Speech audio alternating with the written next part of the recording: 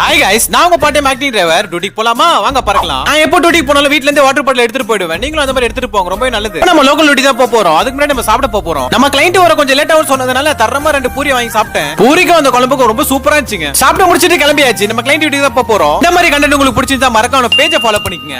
இன்னைக்கு நம்ம fort ego sports ஓட்ட போறோம். இந்த வண்டி டீசல் பிளஸ் மேனுவல் கீர். வண்டி ப்ராப்பரா தொடச்சிட்டு வண்டி எடுத்துடலாம். சரியான மழை வந்ததுனால நம்ம கிளையண்ட் கொஞ்ச நேரம் கழிச்சு போலாம் சொல்லிட்டாங்க. கிளையண்ட் வீடு ஆப்போசிட்ல விவசாயம் பண்றாங்க. சென்னையில இதெல்லாம் பார்க்கிறது ரொம்பவே கஷ்டம். நம்ம கிளையண்ட் இங்க தான் அரிசிலாம் வாங்குறான்னு சொன்னாங்க. ரொம்ப சூப்பரா இருக்குல பாக்குறதுக்கு. காலையில எழுதுதெல்லாம் பார்த்து ரொம்ப சூப்பரா இருக்கும் பார்க்கவே.